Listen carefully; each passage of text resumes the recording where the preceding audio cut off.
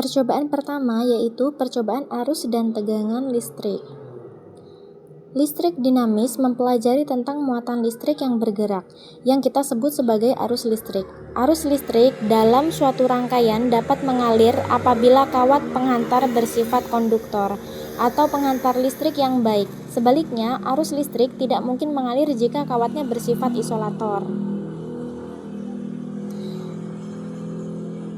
Arus listrik ini mengalir karena adanya beda potensial atau tegangan, di mana alirannya bergerak dari potensial tinggi ke potensial rendah. Secara konvensional, arah arus listrik mengalir berlawanan arah dengan aliran elektron. Menurut hukum Ohm, besarnya aluran listrik dalam suatu rangkaian selalu berbanding lurus dengan besarnya tegangan listrik dan berbanding terbalik dengan besarnya hambatan. Tujuan percobaan menjelaskan aliran arus dalam suatu rangkaian listrik, menjelaskan pengaruh tegangan terhadap suatu rangkaian. Kemudian ini ada beberapa alat dan bahan yang perlu kita siapkan. Selanjutnya, bahan uji konduktor dan isolator. Lanjut ke percobaan, susunlah 3 buah baterai secara seri. Hubungkanlah kabel merah pada kutub plus dan kabel hitam pada kutub minus. Setelah salah satu ujung kabel dipasangkan pada lampu, jika lampu menyala menandakan adanya aliran arus listrik dari kutub plus menuju kutub minus. Kemudian tentukan semua jenis bahan yang telah disediakan, apakah termasuk konduktor. Catat hasilnya pada tabel pengamatan. Yang pertama, pada kawat besi ternyata lampunya bisa kita lihat ya, lampunya akan menyala karena kawat besi dapat menghantarkan listrik atau konduktor. Yang kedua, kawat tembaga. Pada kawat tembaga ternyata lampu juga menyala karena kawat tembaga dapat menghantarkan listrik atau konduktor. Yang ketiga, sendok perak. Pada sendok perak ternyata lampu juga menyala karena sendok perak dapat menghantarkan listrik atau konduktor. Yang keempat, kayu.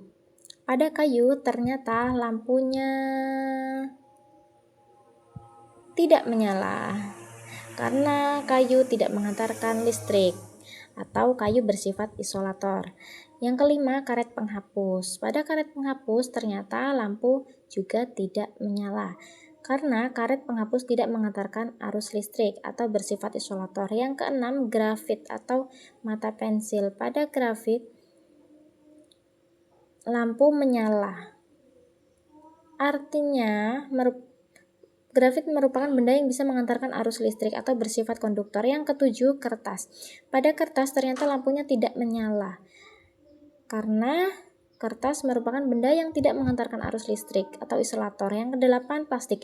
Pada plastik lampu juga tidak menyala karena lampu merupakan bahan yang tidak menghantarkan karena plastik bahan yang tidak menghantarkan arus listrik atau isolator. Yang kesembilan yaitu air keran. Pada air keran ternyata lampu tidak menyala karena air keran merupakan bahan yang tidak menghantarkan arus listrik atau isolator. Pada percobaan ke-10 yaitu air garam. Pada air garam ternyata lampunya menyala. Artinya air garam merupakan zat yang menghantarkan arus listrik. Jadi garam juga bersifat konduktor. Kesimpulannya, agar arus listrik mengalir, kita memerlukan kawat penghantar yang bersifat konduktor. Bahan yang menghantarkan arus dinamakan konduktor, sedangkan yang tidak menghantarkan dinamakan isolator. Dari hasil percobaan, bahan yang termasuk konduktor yaitu kawat besi, kawat tembaga, sendok perak, grafit atau mata pensil, dan air garam. Sedangkan kayu, karet penghapus, kertas, tas plastik, dan air keran termasuk isolator. Percobaan tegangan listrik. Percobaan selanjutnya yaitu rangkailah kabel seperti berikut. Kemudian kita amati apakah lampunya menyala. Ternyata tidak menyala.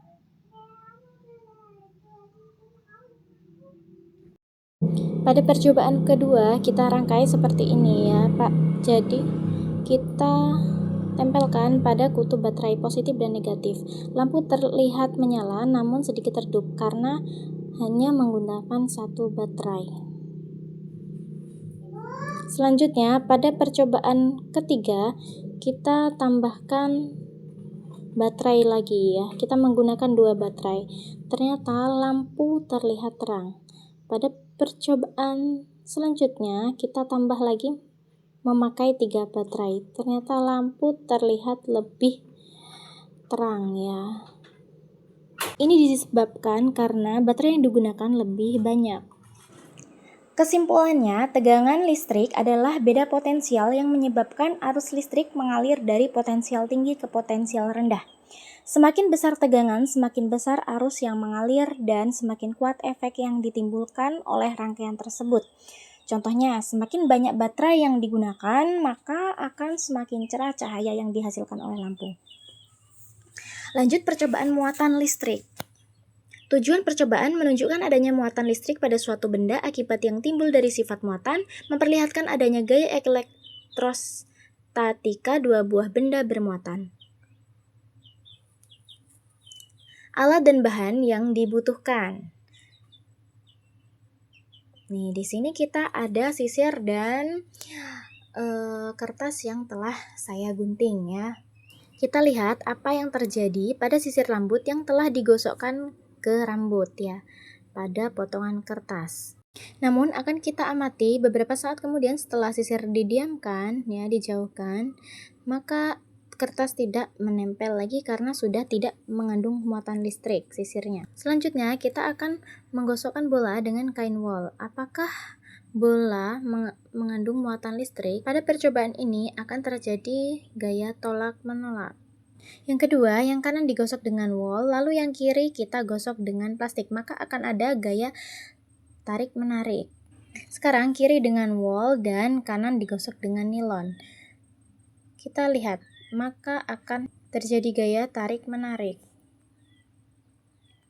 Sekarang kita coba bagian kiri digosok dengan plastik dan kanan dengan plastik.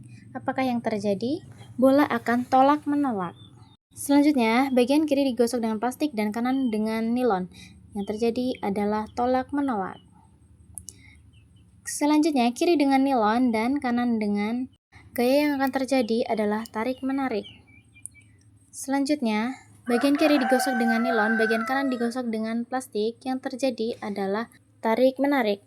Yang terakhir, bagian kiri digosok dengan nilon dan yang kanan digosok dengan nilon. Maka yang terjadi adalah tolak-menolak. Kesimpulannya yaitu, berdasarkan pengamatan yang telah dilakukan, dapat disimpulkan bahwa cara sederhana untuk memperoleh benda bermuatan listrik salah satunya adalah dengan digosok. Benda yang memiliki muatan listrik sejenis akan menghasilkan gaya tolak-menolak. Benda yang memiliki muatan listrik tak sejenis akan menghasilkan gaya tarik-menarik. Begitu yang saya dapatkan dari praktikum kali ini. Terima kasih. Wassalamualaikum warahmatullahi wabarakatuh.